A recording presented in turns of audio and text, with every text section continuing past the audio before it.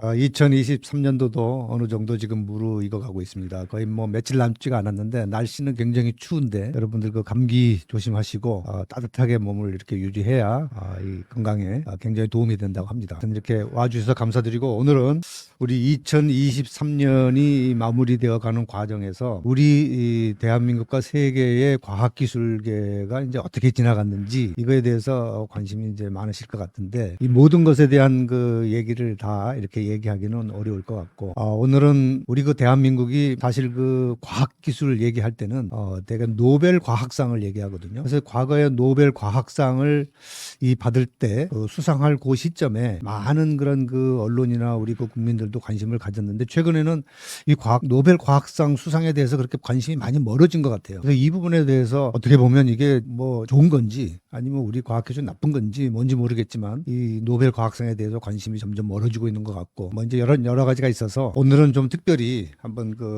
이 노벨 과학상과 우리 과학기술계에 이제 계신 분들을 또 한 굉장히 우리 훌륭하신 두 분의 또 훌륭하신 우리 분들을 좀 모셔서 전반적인 한번 얘기를 논의하려고 합니다. 바로 최근에 얼마 안 돼서 2023년도 과학계 화제 인물을 네이처지에서 이제 선정을 했는데 10명을 선정을 했거든요. 그 다음에 10명과 함께 동시에 챗 GPT도 과학기술계에 영향을 미친 인물이다라고 해서 챗GPT도 선정을 한 게 사실 이 과학기술계 쪽에서는 좀 화제가 되고 있는데 그래서 오늘은 이 두 분의 훌륭하신 우리 과학기술계의 전문가분과 함께 챗GPT도 같이 모셨습니다. 한번 얘기를 하도록 하겠습니다. 그래서 오늘 그 모신 두 분에 대해서 간단히 소개해드리고 챗GPT도 소개해드리도록 하겠습니다. 먼저 우리 서울대 현재 화학생물공학부 우리 명예 교수님으로 계신 우리 유영재 교수님을 모셨습니다. 유영재 교수님은 서울대학에서 30년 가까이 후학을 양성하셨고 뭐 후생은 물론이고 인력 한 100여 명의 현재 그 중에서 한 30여 명이 교수로서 이렇게 활동하고 있을 정도로 아주 훌륭한 후학들을 많이 키우셨고 또 연구도 열심히 하셔서 훌륭한 그런 그 과학자로 이렇게 인정을 받고 계신 분입니다. 특히 그 학계에서는 한국생물공학회 회장님도 역임하시고 또 이 공학 교육에 관심을 많이 갖고 계셔서 한국공학교육학회 회장님도 하시면서 특히 그 최근에는 그 블로그를 운영하고 계십니다. 과학하는 마음이라는 블로그도 운영하고 계시고 또 국무원들의 그 인재 개발에 또 관심을 가지셔서 지난번에는 국가공무원 인재개발원 원장도 역임하신 또 훌륭하신 교수님이시고 제가 또 각별히 존경하는 우리 교수님이십니다. 우리 서울대 유영재 교수님을 이렇게 소개해드리도록 하겠습니다. 예, 소개 고맙습니다. 유영재입니다. 네, 그다음에 우리 은정원 지능형 스마트 기술 정책원 원장님이 또 나오셨습니다. 지난번에 우리 채널에 오셔가지고 인공위성에 대해서 이렇게 말씀도 해주셨는데 은정원 원장님은 또 특별히 시간을 내주셔서 오셨는데 물리학 박사를 이렇게 받으시고 그 한국연구재단의 초대 우주 본부장, 우주 담장을 역임하셨고 미국 나사에 또 근무하시면서 통신위성의 우주산업 분야에 관심을 많이 갖고 계셔서 우리나라에서 통신위성 우주산업연구 회장도 하시고 애트리에서 20년 이상을 근무하신 그런 훌륭한 또 과학기술자이십니다. 은정원 원장님, 하여튼 감사드립니다. 네, 감사합니다. 은정원입니다. 네. 그리고 오늘은 좀 특별히 챗 GPT를 모셨습니다. 제 옆에 앉아있는 분이 챗인데요. 우리말로 얘기하면 생성형 인공지능 저는 대화 플랫폼이라고 합니다. 그래서 이 플랫폼을 어떻게 표현해야 될지 사실은 좀 뭐 이렇게 어려운 게 있지만 어쨌든 오늘은 이 챗 GPT가 굉장히 여러 모습을 갖고 있겠죠. 저는 이제 플랫폼이라고 얘기하는데 일단 사람의 모습과 비슷한 그런 형태로 여러분한테 인사드리도록 그렇게 하겠습니다. 챗 소개. 네, 안녕하세요. 저는 오픈AI가 개발한 다이어너 처리 및 인공지능 기술을 기반으로 한 인공지능 대화 파트너입니다. 저는 GPT 3.5 아키텍처를 기반으로 하고 있으며 이 모델은 다양한 자연어 처리 작업에 사용할 수 있습니다. 감사합니다. 네, 챗 GPT 이렇게 좀 이런 모습을 갖고 있는 챗 GPT 처음 보셨죠? 그리고 이제 우리나라 같은 경우는 경제적으로 굉장히 특히 그 IMF에서는 우리 대한민국을 이제 선진국으로 분류를 했는데 IMF에서 분류한 선진국 중에 어느 정도 인구를 갖고 경제적으로도 뭐 12위 된 그런 국가 중에 노벨상을 받지 않은 국가는 대한민국이 유일하다 얘기를 하거든요.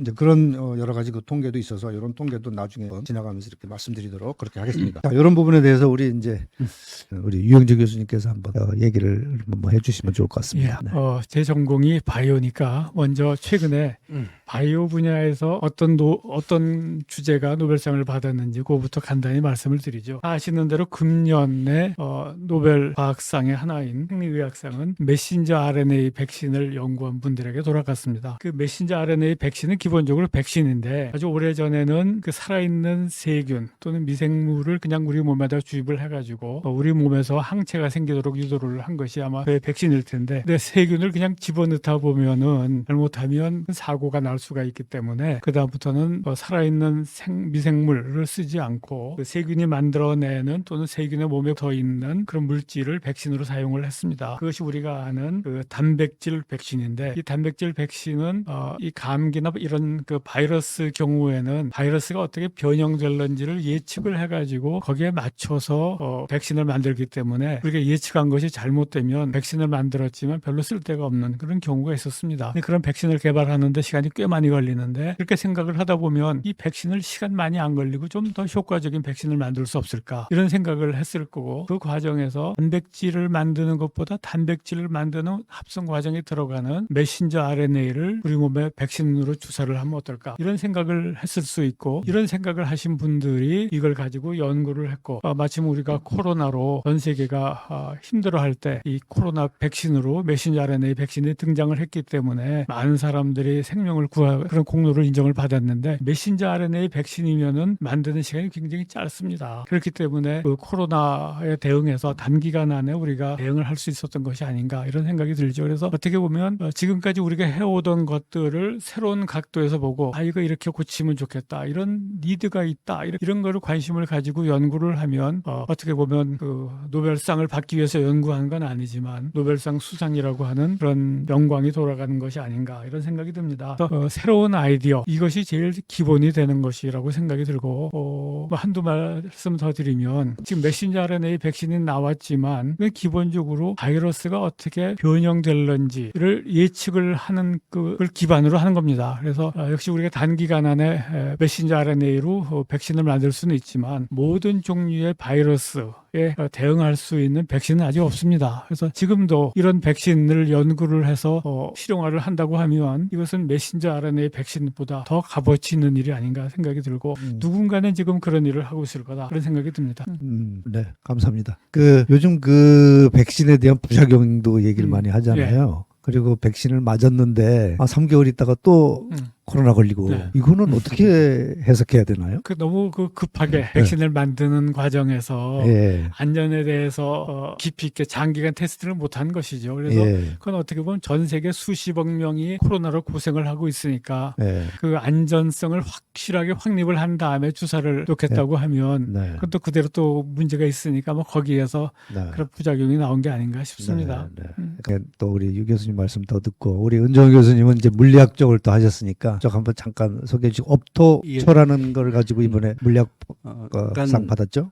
물리학이라고 하는 거는 뭐냐면 그 자연의 모든 이치는 물리학으로 설명이 될 수 있는 것인데, 우리가 아는 것보다는 모르는 것이 더 많거든요. 그래서 그 모르는 것을 찾아내는 그런 연구를 물리학 쪽에서 많이 했던 것입니다. 그래서 그 물리학의 히스토리를 이렇게 보면, 영국에서는 뭐 잘 아시겠지만 뉴턴이 이제 중력 가속도를 찾아내는 것부터 시작해서 현대 과학이 이렇게 쭉 발전을 해왔고, 또 20세기에는 이제 그 유명한 아인슈타인이 이제 이 광량자설 또는 이제 포토 일렉트로닉 이펙트, 이런 걸로 이제 노벨상을 받았는데, 실질적으로 그 이후에 많은 사람들이 100년 이상 그 연구를 하면서 매년 노벨상을 받아왔던 것입니다. 그래서 올해는 이제 그 미국의 오하이오 대학하고 이제 이 독일의 막스 프랑크 소사이어티라고 그 막스 프랑크 연구 그룹이 있어.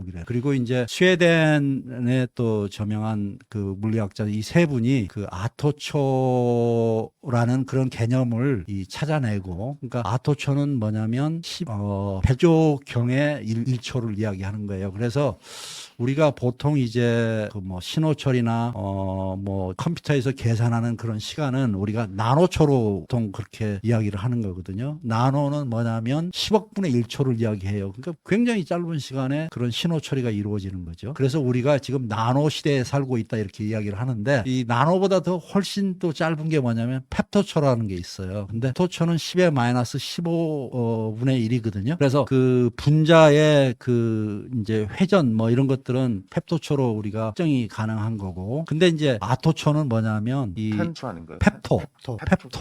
예. 그다음에 이제 아토초인데 아토초가 제일 작은 단위죠. 그래서 이 백경분의 1초를 이야기하는데요. 아초. 예. 펩토. 예. 펩토가 이제 펩토. 아니 발음을 그런 식으로 하는 거죠. 그래서 그래서 이제 뭐냐면 아토초는 전자가 이온화되는 그런 과정을 그런 찰나에 이렇게 이온화가 되는 거거든요. 그래서 그러한 실험을 할 수 있는 방법을 제시한 거죠. 그렇게 실험한 건 아니고요. 그래서 이제 이러한 것들은 뭐냐면 앞으로 그 우리 뭐 DNA 같은 그런 물질들이 이 우주선이나 그런 거에 의해서 파괴될 수가 있다고 그러더라고요. 그런 순간을 찾아낼 수가 있다. 도초를. 그래서 과학기술 발전에 기여하는 그런 의미에서 2023년 노벨상이 그 세 분에게 돌아갔던 거죠. 감사합니다. 이 부분에 대해서는 여기 보면 펜토초라고 나오거든요. 네네. 아토초가 맞나요? 아니. 그러니까 펩토초? 아토초가 아토초 그런 거예요.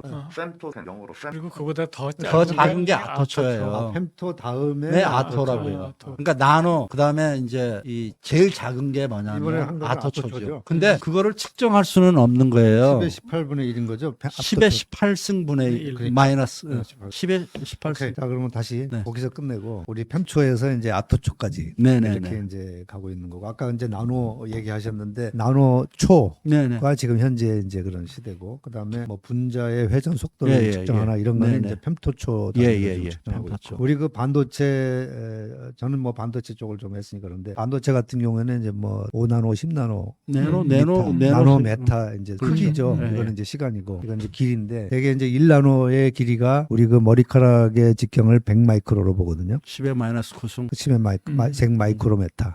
그러니까 100마이크로를 또 100으로 나누면 1마이크로고 1마이크로를 다시 1000으로 나누면 1나노잖아요. 한 10의 5승분의 1 마이크로메타를 이제 1나노 사이즈로 이렇게 보는데 그러니까 우리 머리카락을 10만 분의 1로 나눠야 머리카락 직경을 그래야 1나노다. 이제 이런 정도의 사이즈라는 거를 말씀드리면 이게 아마 이제 상상하기가 어렵죠, 사실은. 그죠? 10의 마이너스 10의 5승 10만 분의 1로 쪼개야 되니까 이제 그런 정도의 사이즈인데 그거보다도 또 초로 따지면 더 그냥 막 내려가니까 엄청나게 작은 단위니까요. 단위니까 이제 네네. 하나의 그런 걸로 갔습니다. 네. 우리 그럼 중요한 거는 이제 우리 대한민국이 사실은 노벨 과학상을 뭐 이제 노벨 과학상에 대해서 이게 뭐 꼭 받아야 되느냐 뭐 안 받아도 되는 거 아니냐 이런 의견도 또 뭐 있는데 사실은 뭐 모든 선진국이 우리 세계를 이끌어가는 국가인 경우에 사실 노벨 과학상을 다 받았거든요. 우리나라는 아직도 그 아까 말씀드렸지만 IMF에서 요구하는 그런 선진국에도 들어갔음에도 불구하고 유일하게 노벨 과학상이 없다. 이제 이런 거는 참 문제인데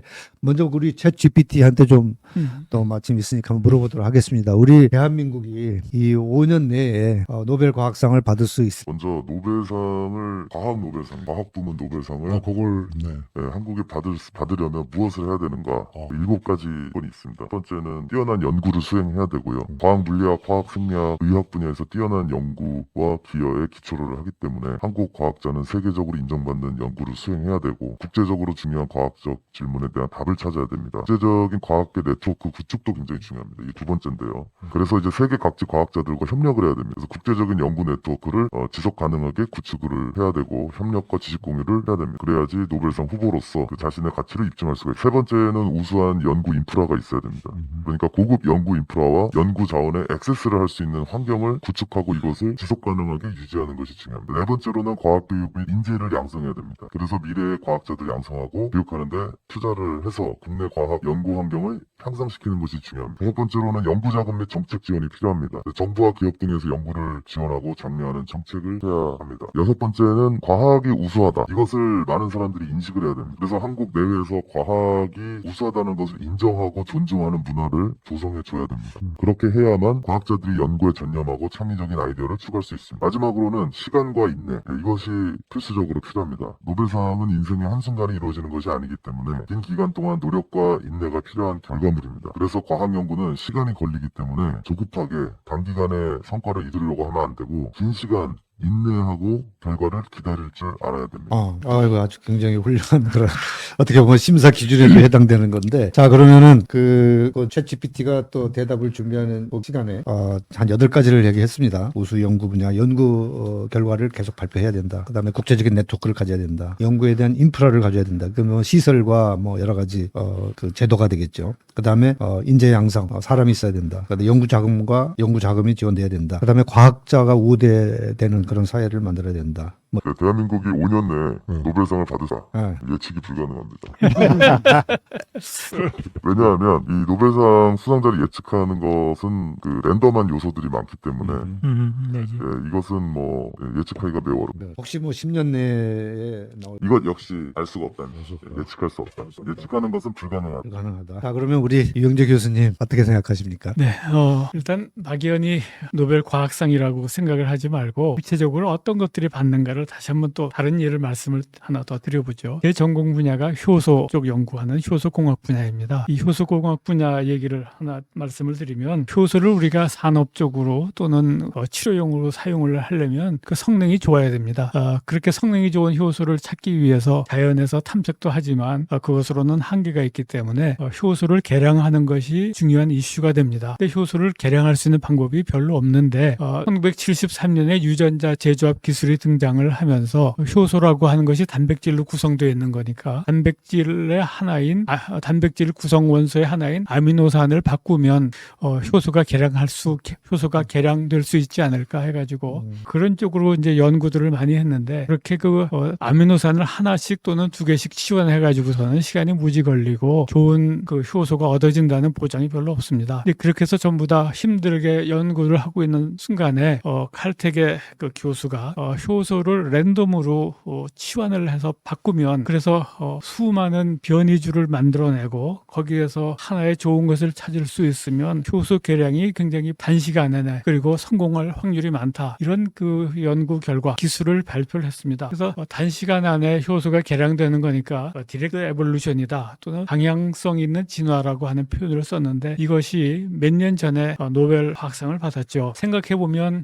이 기술은 한 2000년쯤에 이제 나온 건데요. 우리나라 경우에는 1990년, 2000년경에 효소에 대한 기술이 거의 없었습니다. 그래서 어떻게 하면 좋은 효소를 탐색할 수 있을까, 이런 정도였는데 미국이나 또는 효소를 잘하는 덴마크 같은 나라는 효소를 구성하고 있는 그 단백질 분자를 손을 대기 시작을 했죠. 그런데 이제 이것이 우리나라도 이제는 그런 쪽을 잘 합니다. 그래서 어떻게 보면 산업적인 임팩트가 있었기 때문에 크기 때문에 노벨 화학상을 준 건데, 근데 이것도 역시 한계가 있습니다. 운이 좋으면 좋은 곳이 나오는 거고 운이 나쁘면 이제 꽝입니다. 그냥 물 빠진 밑 빠진 독에 물 붓기 아니냐 이런 얘기도 나오거든요. 어떻게 가능성이 많이 있겠습니까? 제가 알고 있는 우리나라에서 연구를 잘한다고 하던 그 교수 연구자들이 여러 명이 있는데 네. 그분들의 연구하시는 내용들을 이렇게 보면은 우리나라가 최초가 아니고 전 세계적으로 시작하고 있는 분야에 같이 뛰어들어서 하시는 것 같다. 네. 그리고 그 분야에서 노벨상이 주어지면은 네. 암만 좋은 업적이 나오더라도 노벨상을 기대하기는 어려운 것이 현실입니다. 그래서 어쨌든 그런 분들이 몇 분 계시고, 그런 분들은 거꾸로 산업 발전에 기여를 많이 하고 계시는 분들인데, 노벨 과학상은 산업적인 임팩트도 중요하지만 누가 먼저 원천적인 아이디어를 내고 연구를 하느냐 하는 거거든요. 그렇게 보면 정부에서 한 1990년경부터 기초 연구나 대학원 활성화에 투자를 하기 시작을 했기 때문에 그때 연구를 시작하신 분들이 그 서치라이트를 많이 받지는 못했을 망정 조용히 연구하고 계시는 분들이 있을 거고, 거기에는 뭐 그런 원천적인 연구, 아주 기초가 되는 그런 연구들을 하고 계시는 분이 있다고 생각이 들고, 그런 결과가 알려지고 그것이 상으로 연결되는 거라고 하면은 5년 안은 아닐 거라고 보지만 10년, 20년 안에는 몇 명은 기대할 수 있지 않을까, 그렇게 생각이 듭니다. 네.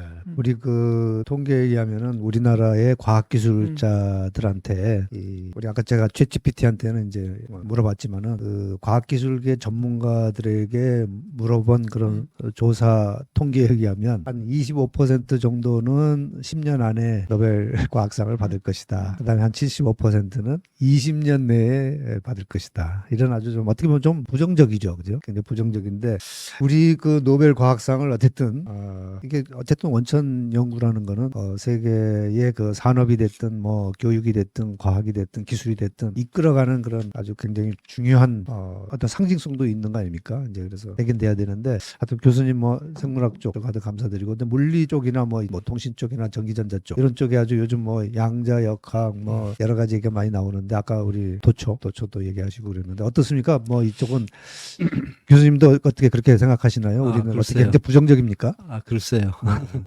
뭐 사람마다 생각이 좀 다를 거라고 저는 생각하는데요. 그 물리학 하면 굉장히 사람들이 어렵게 생각을 하고 또 암기 위주로 되는 그런 학문이 아니잖아요. 근데 우리 교육이 사실 주입식, 암기식 이런 식으로 많이 되어 있고 또 물리학은 그 이해를 중심으로 하는 그런 학문이기 때문에 사실 그 복합적인 그런 사고를 가진 창의적인 교육을 받은 그런 사람들이 하다는 업적을 하는 건 사실입니다. 그래서 그 뭐 물리학은 전통적으로 이제 뭐 입자 물리학이랄지 뭐 이런 쪽에서 예전에 노벨상을 많이 받았었고요. 근래에는 이제 그 공학 쪽에서 어프로치하는 그런 응용 물리 쪽에서도 노벨상이 많이 나왔고 또 천체 물리학 또 뭐 그런 쪽에서도 이 노벨상이 나왔고 앞으로는 또 이제 핵물리학 쪽에서도 노벨상이 나올 거라고 저는 생각을 합니다. 그런데 우리나라 같은 경우에는 이 특히 물리학을 하는 인구가 절대적으로 부족을 한 겁니다. 그리고 요즘에는 이제 소위 뭐 공부 잘하는 그런 학생들이 주로 의과대학을 선호하기 때문에 이 사실 그 자연 계열에 있는 물리학을 기피하는 그런 걸 많이 나타나고 있는데 반해서 미국에서는 제일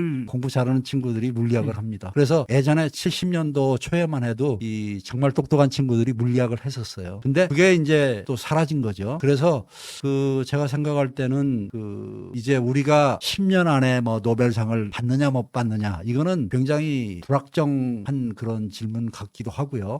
그래서 제가 생각할 때는 이제 그 우리나라의 학문의 폭을 좀 넓히는 그런 정책도 많이 필요하다고 저는 생각해요. 연구비를 많이 준다고 해서 뭐 과연 이 노벨상이 나오는 것도 아니잖아요. 그런데 진짜 중요한 거는 뭐냐면 이 물리학을 임하는 그런 어떤 철학이 없다. 왜 내가 이 길을 가야 하지? 또 만약 거기에 갔다면 무엇을 해야 하지? 뭐 이런 철학이 굉장히 결여되어 있기 때문에 과거 미국에서도 이제 미국의 과학재단이 있습니다. 그래서 과학재단에서 이제 그 많은 대학 학자들에게 연구비를 지급을 하는데 이분들이 이야기한 게 있었어요. 우리가 학문을 좀 자유스럽게 할 수 있는 그런 영역을 넓혀달라. 국가의 산업 발전을 위해서 쓰이는 것보다는 우리는 그게 더 좋다. 그래서 학문의 폭을 좀 넓히는 것도 굉장히 중요한데 우리는 굉장히 제한적이죠. 감사합니다.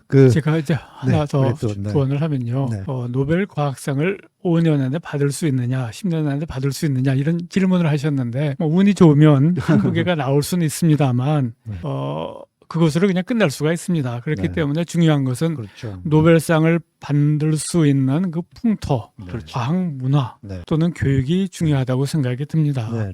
그래서 지속 가능하게 예, 이제. 노벨상을 아까 받는 하나의 예로 어떤 현상에 대해서 또는 기술에 대해서 근본적인 질문을 하고 근본적인 질문에 대해서 대답을 하는 연구를 하다 보면 결과적으로 노벨상을 받을 수 있다고 했는데 이거는 기본적으로 하루 이틀에 되는 것이 아니라 기본적인 사항에 대한 질문을 할 수 있는 그런 자유로운 연구 분위기 그리고 1년, 2년 해서 논문 한두 개 쓰는 것이 아니라 10년, 20년을 팔 수 있는 이런 과학 연구계의 풍토가 더 중요한 것이라고 생각이 들고 우리나라의 그 과학 풍토가 그렇게 바뀌었을 때 노벨상도 나오는 것이고 또는 노벨상보다 더 훌륭한 인류를 위한 연구 결과가 창출되는 것이 아닌가 그렇게 네. 생각이 듭니다. 네. 또 아주 좋은 의견입니다. 제가 더불어서 말씀을 드리자면 미국에서는 이제 그 연구 집단들이 이렇게 분포가 되어 있습니다. 그래서 동부에는 이제 그 유명한 프린스턴 대학, 그다음 이제 동부에는 컬럼비아 대학하고 프린스턴 대학이 있었기 때문에 예전에 벨랩이 있을 수 있었던요. 그래서 이제 동부, 그다음에 부에는 이제 하버드, MIT 뭐 이런 보스턴을 중심으로 하는 어떤 그런 이 지능 집단이 있고, 또 서부에는 UC, 버클리, 스탠퍼드 대학, 그다음에 서부에 있는 유명한 대학들이 하나의 지능 집단이 돼 가지고 이 그런 집단들끼리 서로 경쟁을 하면서 시너지를 창출했던 것입니다. 그래서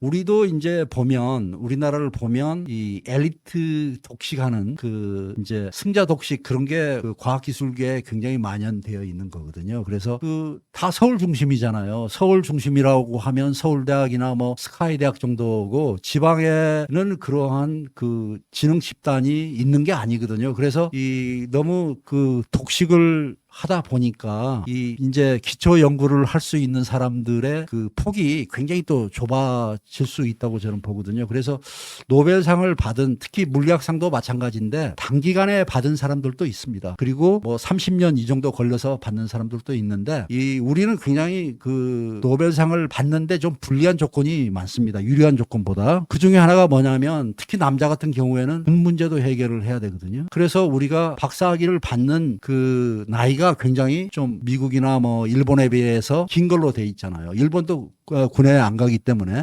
그런데 우리는 이제 늦게 또 디그리를 받고, 또 뭐냐면 이 한 곳에 정착하는 그런 문화가 좀 많이 있어요. 근데 그 제가 알기로는 이 공부를 예를 들어서 뭐 이 박사를 서부에서 받으면 직업은 뭐 동부에서 이 교수를 하든지, 또 그 반대가 되는 그런 경우도 많은데, 한 곳에 너무 이렇게 치우치다 보면 이 편견이 생길 수도 있고요. 또 학문 간의 어떤 소통이 잘 안 될 수도 있는 그런 문화가 만들어질 수도 있기 때문에, 그런 것들을 우리가 이렇게 좀 없애는 그런 정책도 많이 필요하다고 저는 생각을 합니다. 그리고 예. 제일 중요한 거는 뭐냐면, 인재를 어떤 식으로 양성할 건, 이게 굉장히 중요하다고 저는 생각을 합니다. 그래요. 또 하여튼 인재 양성 부분을 한번 또 네. 다시 우리 네. 또 유 교수님도 인재 양성 쪽에도 관심 많이 가지시니까 제가 다시 한번 질문을 드리도록 하겠습니다. 우리 아마 우리 교수님들도 마찬가지겠지만은 저는 이거를 그 빵에 있어서 안고냐 아니면은 그 옆에 있는 뭐 이제 그 겉에 포장돼 있는 거냐. 저는 이제 과학기술이 하나의 안고처럼 핵심이고, 그게 이제 포장이 되는 게 경제다. 이제 이렇게 얘기하는데, 아마도 경제 논리는 경제가 돼야 결국은 속에 있는 과학기술 핵심도 돼야 된다. 이제 이게 우선순위가 좀 같다는 것 같아요. 이 보는 관점에 따라서. 그래서 그것 때문에 굉장히 고민이 많고, 우리 많은 우리 청취자분들도 그럴 생각을 갖고 계시는데, 챗GPT는 어떻게 생각하는지 한번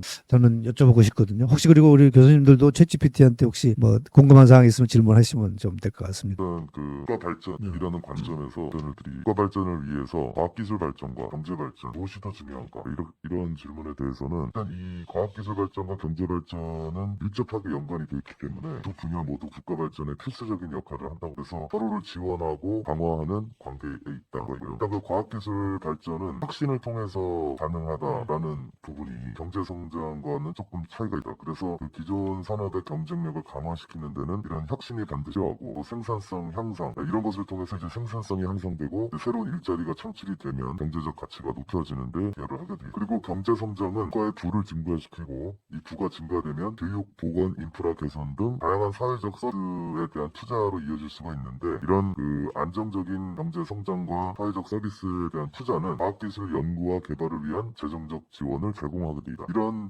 마치 서로 연결되어 있는 하나의 생태계처럼 서로에게 먹이를 공고, 먹이를 자양분 삼아서 성장을 하고, 성장한 동력을 가진 또 다른 원천 에너지를 제공하는 관계를 때문에 결과적으로는 과학기술과 경제 발전은 상호 의존적입니다. 대단히 아주 그 현명한 답인 것 같은데, 대단히 이제 교과서적인 답을 하신 것 같은데요. 유 교수님, 네. 과학기술이 지금은 경제 성장의 그 기폭제입니다. 아시는 대로 반도체 기술이든 배터리든 또는 아까 이제 메신저 RNA 백신이든 이런 거에 관련된 연구를 한다고 연구라고 하면 생산성을 10% 향상을 시킨다. 그 중요한 연구죠. 그것도 해야 되겠지만 그거의 제일 밑바닥에서 브레이크스루가 될 수 있는 돌파구가 될 수 있는 혁신적인 기술을 연구해야지만이 5년 후에 10년 후에 산업 생태계가 건전하게 발전을 할 수 있다고 생각을 하면 브레이크스루가 되는 혁신적인 기술 연구를 해야 됩니다. 혁신적인 기술을 연구한다고 그래서 그것이 하루아침에 되는 것은 아니죠. 그러니까 혁신적인 연구를 하려면 다시 그 혁신적인 연구의 기본적인 아이디어가 뭐냐, 또 이런 기초 연구를 해야 되는데 이것은 20년 후에 빛이 날 거라고 생각이 듭니다. 그래서 어떤 우리나라의 그 산업이 5년만 생각을 하면 생산성 10% 올리는 연구만 해도 됩니다. 하지만 10년 후에 이를 생각을 하면 혁신적인 연구를 해야 되고 20년 후에 우리나라의 경제 산업을 생각을 하면 기초 연구를 해야 된다고 생각을 합니다. 하나의 예를 들어서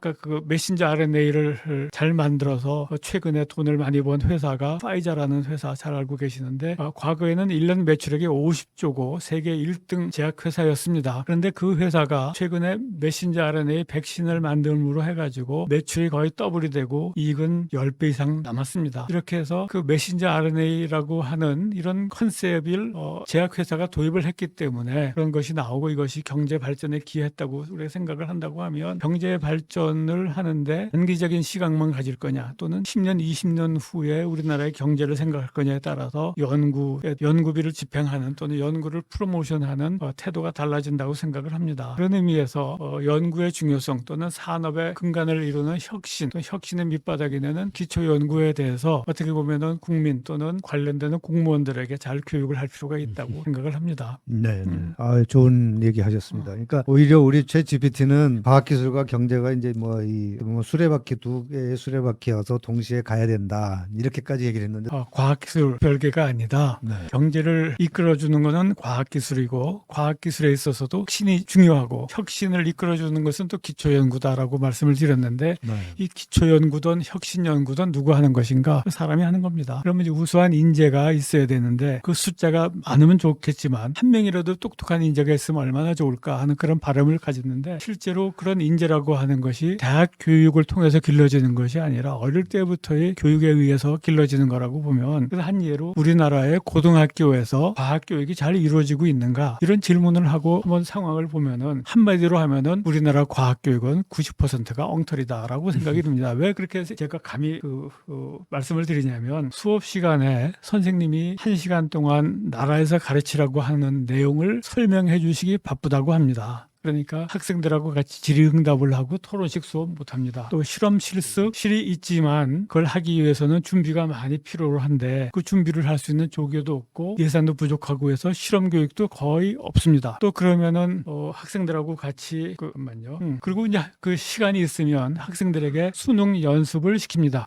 이렇게 가지고서는 진짜 무슨 과학 교육이 이루어진다고 얘기를 할 수가 있겠습니까? 그렇게 생각하면 우리나라의 과학 교육 진짜 어떻게 보면 근본부터 바꿔야 된다고 생각을 하는데 이것이 하루아침에는 안 되겠지만 그래도 그런 방향으로 노력을 해야 된다고 생각을 합니다. 그래서 기본적으로 고등학교 시절 또는 중학교 시절부터 호기심을 가지고 이거 왜 그럴까? 이거 어떻게 응용하면 좋을까? 이런 식의 생각을 하고 그것이 토론을 통해서 또는 실험 실습을 통해서 발전시켜 나가야지만이 우수한 인재가 양성이 되고 그런 학생들이 대학에 와서 또는 나중에 대학을 졸업하고 사회에 나와서 연구를 할 때 저 연구를 어떻게 하면 좋을까? 또는 혁신적인 연구는 어떻게 할까? 하는 그런 생각을 할 수가 있다고 봅니다. 그런 의미에서 과학 교육을 좀 많이 바꿔야 되겠다. 또는 금년에 와서 대학 입시를 많이 개선한다고 교육부가 발표는 했지만 진짜 그거 가지고서 고등학교 교육이 바뀌겠느냐? 이거는 상당히 의문입니다. 지금보다 개선은 되겠지만 대학 입시 문제 이거 해결이 진짜 어려운 것 같아요. 대학 입시가 해결이 되지 않고서는 고등학교 교육이 정상화가 되기 어렵고 특히 우리 과학 교육 같은 경우에는 실험을 동반하고 뭐 서로 또 어떤 보면 자료 현장 탐방도 중요하고 여러 사람이 모여서 브레인풀을 통해서 아이디어가 나오는 그런 교육들이 어렸을 때부터 돼야 되는데 뭐 당장 우리 학부모님도 그렇고 학생들도 그렇고 대학을 못 들어가면 또 대학도 뭐 인류대학만 가야 되잖아요. 그죠? 그렇지 않으면 또 사회에서 또 대우도 그렇고 그러니까 그런 것들이 해결이 돼야 되는데 이게 참 어려운 문제입니다. 이게 어려운 문제인데 그럼에도 불구하고 우리는 대학 교육 개혁과 우리 과학 교육 또 우리 미래의 우리 그 젊은이들이 대한민국을 혁신할 수 있는 그런 과학기술자가 많이 일출도록 하는데 뭐 어차피 저나 우리 교수님들 다 우리 어떻게 보면 과학기술계는 어떻게 보면 그 후배들한테는 선배들인 거죠. 우리 선배들이 좀 그동안 열심히 우리가 살아왔지만 그런 열심히 살아오면서 경험했던 또 취득했던 그런 지식과 노하우를 우리 후배들에게 좀 잘 좀 교육해주고 넘겨주고 우리가 떠나야 되지 않겠습니까? 그래서 저도 사실은 이 유튜브를 그렇기 때문에 시작을 했고 또 저와 같이 이렇게 뭐 선배님이 됐든 후배님이 됐든 이런 훌륭한 분들을 계속해서 모셔서 우리 대한민국에 좀 중요한 역할을 할 수 있는 그런 과학기술 인재들이 많이 나왔으면 좋겠습니다. 우리 씨가 또 한번 마무리 좀 오늘 이렇게 대화를 들으면서 어떤 생각을 하셨는지 좀 얘기해 주실 수 있겠습니까? 이 과학적이고 창의적인 그 사고를 하기 위해서 그 시청하시는 데보다 참고하시는 키워드가 하나 있어요. 그것은 interdisciplinary, 이걸 한국어로는 이제 학제간이라고 하고, 그래서 이제 과학기술과 공학, 수학을 통합해서 이 학문들을 학생들이 보다 광범위한 관점에서 문제를 바라볼 수 있도록 하는 건데, 이 과학, 공학, 수학을 뛰어넘어서 인문학까지 연결을 시키는 이것이 과학기술 문제를 해결하는 데 있어서 매우 중요한 요소이다. 이 부분을 말씀드립니다. 네, 예. 굉장히 예, 교과서- 관련해서 네, 네. 내가 한 말씀만 더 네, 네. 드리죠. 예. 그 이제 스팀이라고 했는데요. 스팀 그런 그 다학제적 또는 융합적인 사고를 가지고 과학 교육을 해야지만이 된다라고들 얘기를 하고 있습니다만 우리나라의 현실은 그 스팀 교육은 방과 후에 선택적으로 일부분 시행이 되고 있습니다. 그래서 어떻게 보면 교육적으로 그렇게 큰 효과는 없는 거다. 우리가 바람직하기에는 과학 시간에 또는 과학 시간을 확대를 해가지고 일부로서 스팀 교육이 정규 교육 과정에 들어가야지 되는데 아직 그렇지를 못해서 그렇게 되기를 바라고 지금까지는 스팀이라고 했다면은 우리 챗 GPT의 그 말씀대로 스팀 플러스 H 휴머니티 인문학적인 것을 더 포함을 시켜가지고 한국만의 우리나라만의 독자적인 교육 철학을 가지고 효과를 개발을 하고 이것을 정규 수업 시간에 공부할 수 있도록 같이 이야기할 수 있도록 그렇게 좀 됐으면 좋겠습니다. 네, 네, 그렇습니다. 그래서 문 교수님, 저는 이제 그 과학기술의 진흥을 위해서는 인재를 그 양성을 해야 되는데 인재가 그냥 만들어지는 건 아니잖아요. 그래서 이제 많은 사람들이 이 인재 양성을 어떻게 할 건지에 대해서 이제 뭐 미국, 영국, 뭐 서구 나라들 그런 어떤 방식을 많이 쓰는데 그게 뭐 반드시 정답이라고는 할 수는 없는 거고 우리나라 환경에 맞는 그런 인재 양성 어떤 그러한 방법이 만들어져야 된다고 저는 생각을 합니다. 근데 과학을 하는 사람들의 가장 중요한 게 뭐냐면 호기심이 없으면 연구 대상이라고 우리가 이야기를 할 수가 없는 거잖아요. 이 문제를 어떻게 해결할 거냐, 왜 그럴까 하는 호기심이 굉장히 중요하고 그 다음에 중요한 게 뭐냐면 인내심이죠. 그래서 인내심이 또 굉장히 요구가 되는데 우리 같이 빨리빨리 문화에서는 인내심하고는 좀 거리가 좀 먼 거잖아요. 그래서 우리가 인내를 가지고 해야 되는 거고 그 다음에 이제 하나의 이 모험심이 또 굉장히 필요한데 그 모험에는 그 위험이 항상 따르잖아요. 그래서 이 과학기술을 임하는 자세 중에 그 모험을 테이킹하는 그런 자세도 굉장히 중요하다고 봅니다. 근데 자기 잘못을 남에게 전도시키는 거는 굉장히 나쁜 하나의 태도라고 저는 생각을 하고 있고요. 그럼요. 네. 그래서 뭐 유명한 말이지만 국가가 뭐 나를 위해서 무엇을 할 것인가를 요구하지 말고 내가 국가를 위해서 무엇을 해야 할 것인가를 먼저 생각하는 그런 자세로 우리가 과학기술을 이 발전시키는 게 중요하지 않을까 저는 그렇게 생각을 합니다. 네, 그렇습니다. 하여튼 우리 두 분의 훌륭한 우리 과학기술계 훌륭하신 우리 학자님들 모시고 또 교육자시면서 또 정책 기반까지도 이렇게 하신 두 분을 모셨고 최디도 모셨습니다. 최디는 다시 말씀드리지만 생성형 인공지능 대화 플랫폼이라는 거 어떻게 보면 정거장 아닙니까? 우리나라로 장소. 얘기하면 어떤 정거장 장소를 얘기하는 거거든요. 이 장소라는 거는 뭐냐면 여러 사람들이 왔다가 떠나는 곳이에요. 플랫폼은 옛날에 뭐 연애하신 분들이 여기서 만나서 사랑도 나누다가 또 떠나서 슬프기도 하고 또 좋은 사람 만나서 또 즐거운 곳이기도 한 곳이 플랫폼인데 이 플랫폼에 사람들이 계속 모이는 그 플랫폼이 잘된 플랫폼이거든요. 근데 이 최디도 굉장히 아주 우수한 혁신적인 플랫폼인 거죠.